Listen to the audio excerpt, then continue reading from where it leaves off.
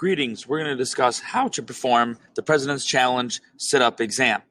In this exam, we are measuring muscular endurance using just our abdominal muscles. We want to eliminate our arms, so we will grab our shoulders, hold on to our shirt.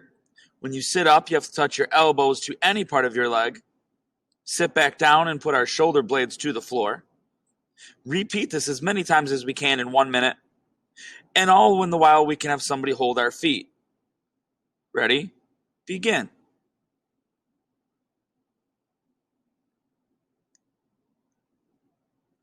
10.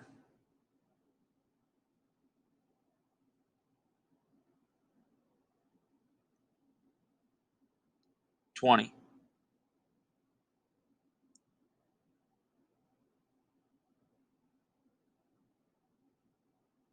30.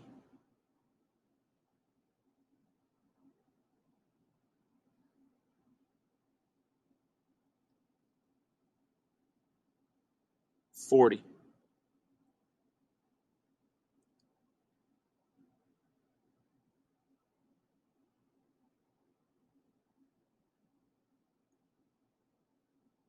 50.